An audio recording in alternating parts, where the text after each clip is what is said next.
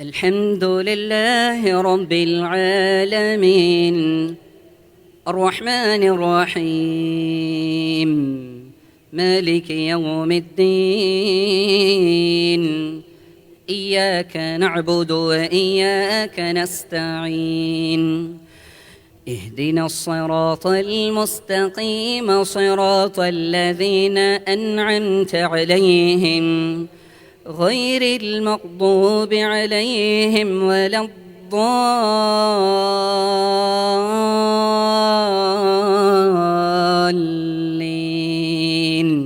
آمين.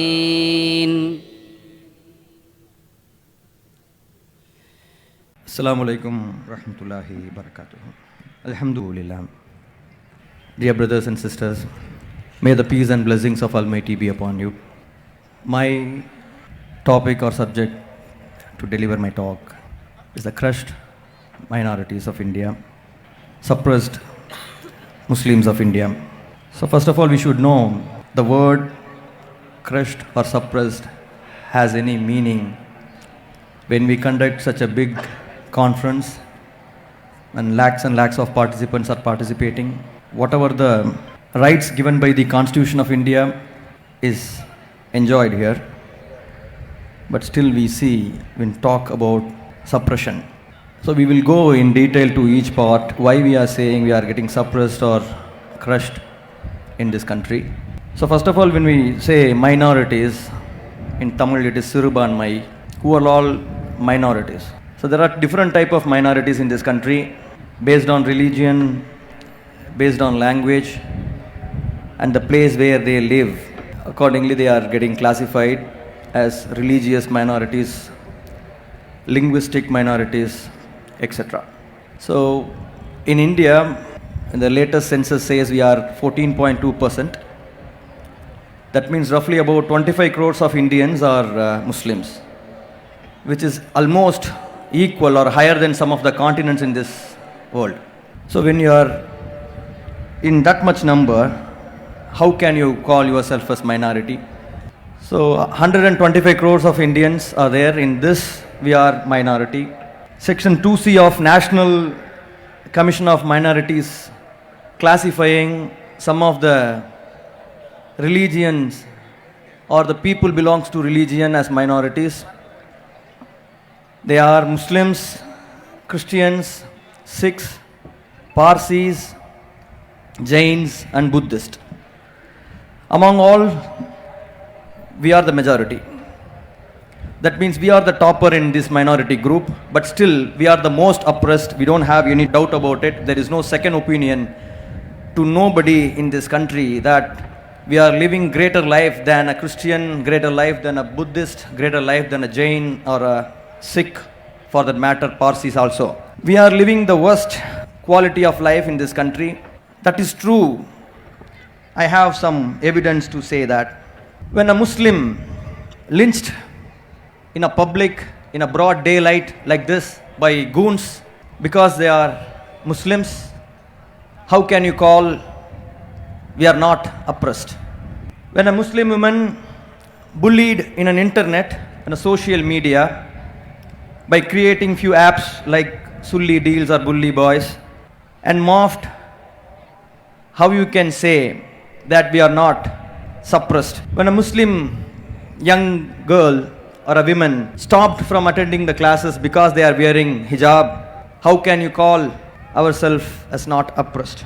When a Muslim majority state like a Kashmir is split into three and announced as a union territory in one night without taking any consideration, how can you call us as not suppressed?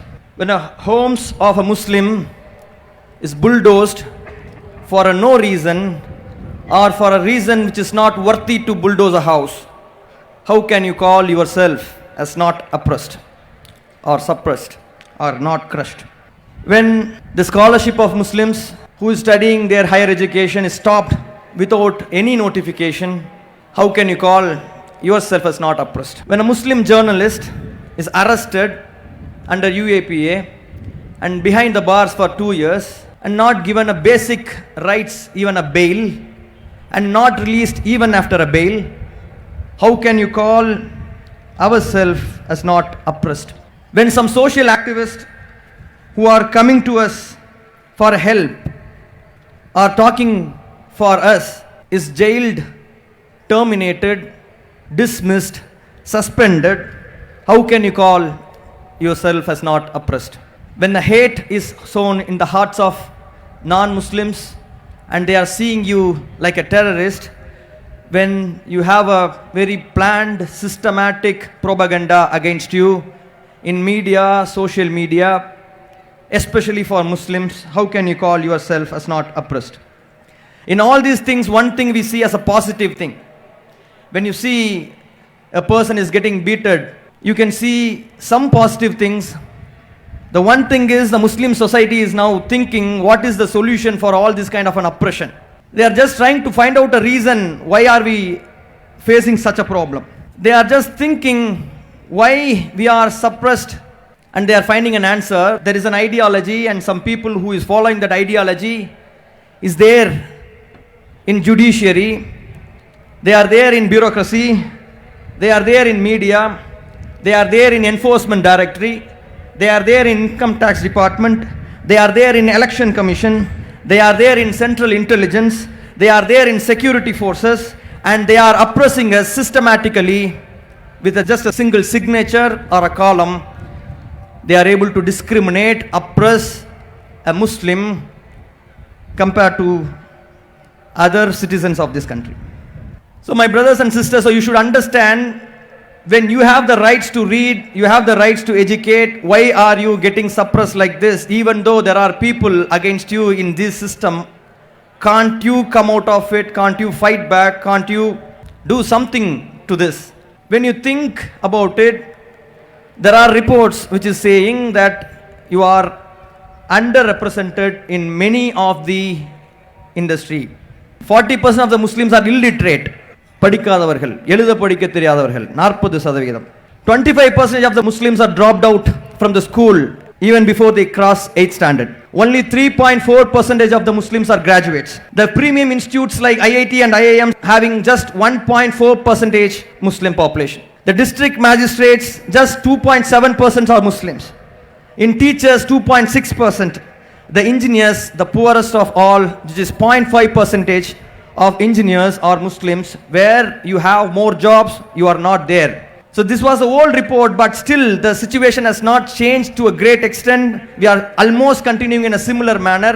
When you say Sachar, when you say Rangnath Mishra, they are talking about it. They are saying that you are underrepresented, you are underprivileged, you are not studying, you are not getting educated, you are not getting the employment, you are not getting the sanitary as expected, you are not getting the health systems properly to you. But they are saying because of your education, all these things are happening. So here there is a huge crowd and many walks of the society are there here. So we should think about how we should change ourselves. The solution in front of us is everybody should come forward and think to change all these things. Jamaat leaders should think very seriously about it. Educationalists should think very seriously about it.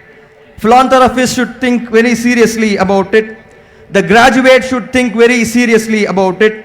The bureaucrats in Muslims should think very seriously about it. Very, very important. The young men and women who is gathered here, who is being the next generation, should think about this. What we are going to do in the next 20 years is the challenge in front of us, and the young men and women who are here who should think this very seriously and try to change all these things. We should target to achieve 100% literacy in Muslims. We should have a self-reliant business model. We should be having a community which is excelling in science and technology, not just passing out BSc. They should be experts in it. They should not just pass BE. They should be experts in it. They should not just pass BTech. They should do research in it. We should be having the best among all in the research and development. We should be having the excellent entrepreneurs. Most importantly, we should be bringing the social understanding among Hindus and Muslims and teach them that what Islam says, it is not telling us to hate you, it is basically telling to love you. And these young men and women needs to create a community with good political understanding to maintain their birthrights. So the young men and women need not to do big things for this.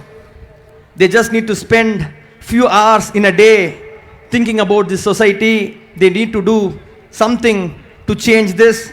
Some of the things which I have in my mind, I'm just sharing with you. You might be having a better idea, but think good about this society and work towards it. So you need to spend few hours in a day to teach the illiterate among the society. You need to spend few hours to preach against the evil forces who is talking wrong about Muslims.